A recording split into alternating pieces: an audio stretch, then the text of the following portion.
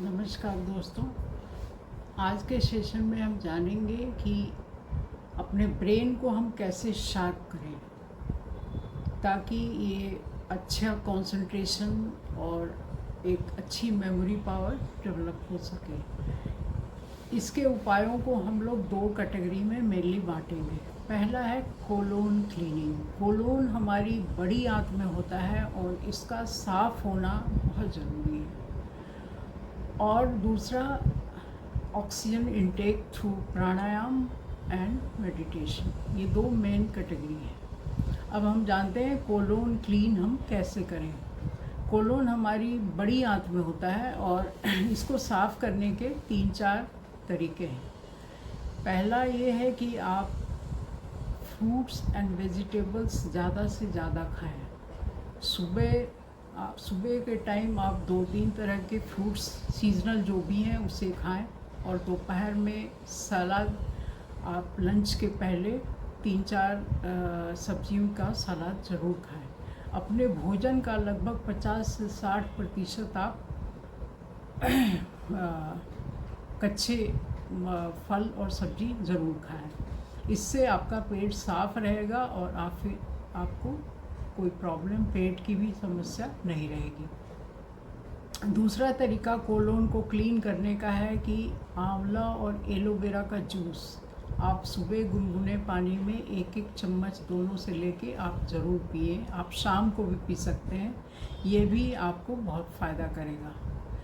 तीसरा है कि आप कैस्टर ऑयल, जो अरंडी का तेल है, उसको आप रात को सोते वक्त आप 3-4 दिन, मतलब रात को सोते टाइम आप 1 चम्मच लेके गुनगुने पानी में घोल के इसे लगातार 3-4 दिन लेंगे तो फिर इसका प्रभाव आना शुरू हो जाएगा। आपको प्रेशर महसूस होगा और धीरे धीरे आपका पेट साफ हो जाएगा। अगर आप लगातार 3-4 दिन नहीं करना चाहते हैं तो फिर एक ही दिन, छुट्टी वाला दिन आप उपयोग करें और अपने वज़न के, जितना वज़न है उतना ml, मतलब 70 किलो वज़न है तो 70 ml आप कैस्टर ऑयल लेके उसे गुनगुनों से थोड़ा ज़्यादा गर्म पानी में घोल के पी लें और फिर हर आधे पौने घंटे पे गुनगुना पानी पीते रहें।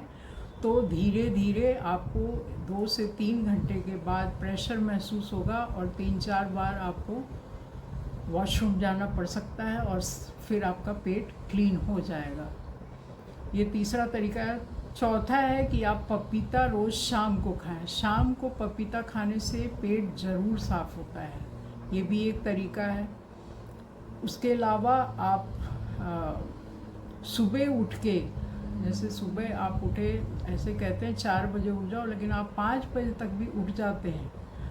उठ के और आप गुनगुना पानी पीते हैं, तांबे के बर्तन में रखा हुआ पानी पीते हैं और 2-3 गिलास पी के और फिर आप कुछ योगिक आसन हैं 3-4, जिसको आप करने के बाद आपका धीरे धीरे प्रेशर डेवलप होगा और पेट आपका साफ़ हो जाएगा।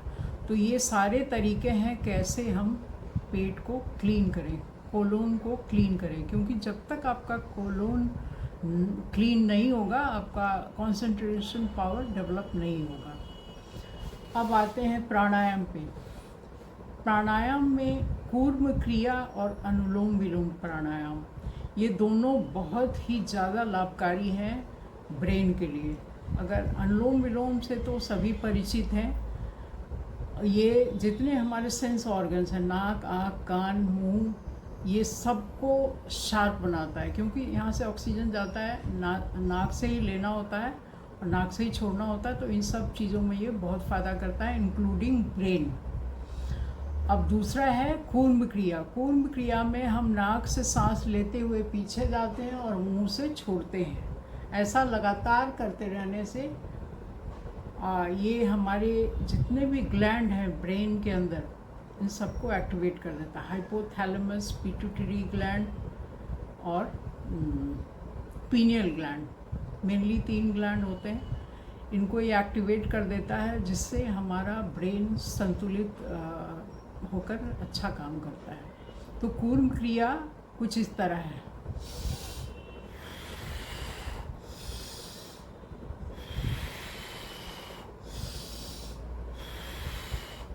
अगर आप 11 बार रोज़ इसे प्रैक्टिस कर लेते हैं तो ये आपको लाभ देना शुरू कर देगा। इसके अलावा ध्यान है, मेडिटेशन है, जिससे भी हम ब्रेन से रिलेटेड, माइंड से रिलेटेड जितने भी इशू हैं, इंक्लूडिंग डिप्रेशन, माइंडफुलनेस, अलर्टनेस, इन सब चीज़ों में ये फ़ायदा देता है।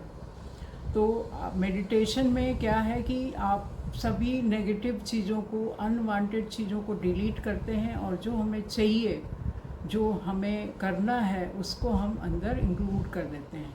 तो ये ब्रेन हमारा एक तरह से फॉर्मेट हो जाता है और फिर उसी तरीके से वो काम करता है।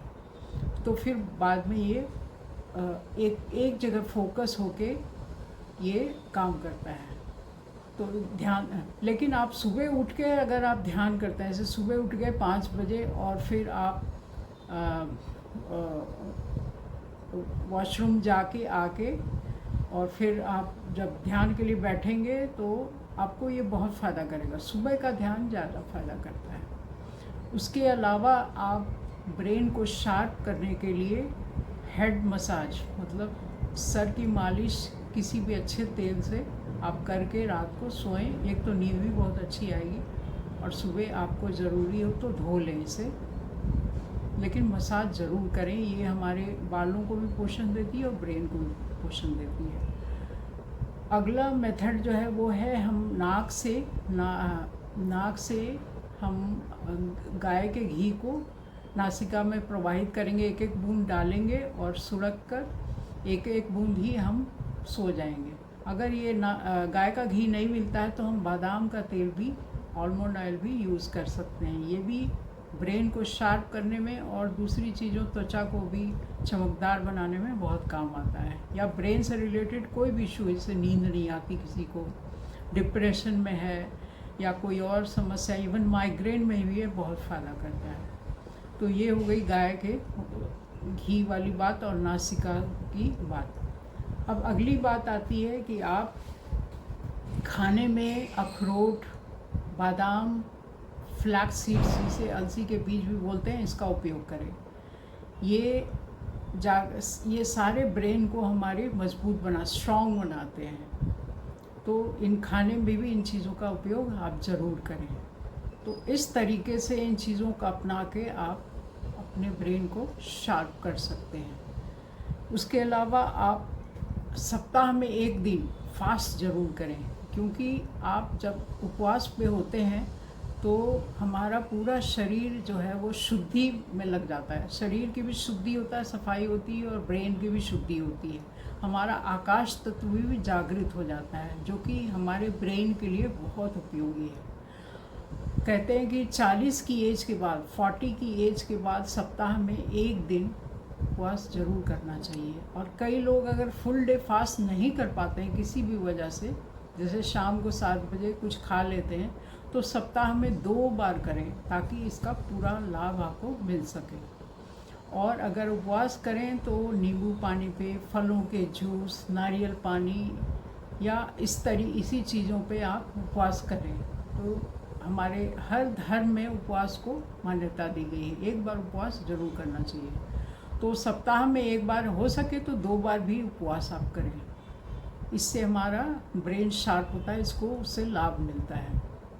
तो ये छोटी सी जानकारी मेरे ख्याल से आपको अच्छी लगी होगी। अगर अच्छी लगी है तो इसको लाइक, शेयर और सब्सक्राइब करें और अपना कमेंट्स डालना ना भूलें। धन्यवाद। जय हिंद, जय भारत।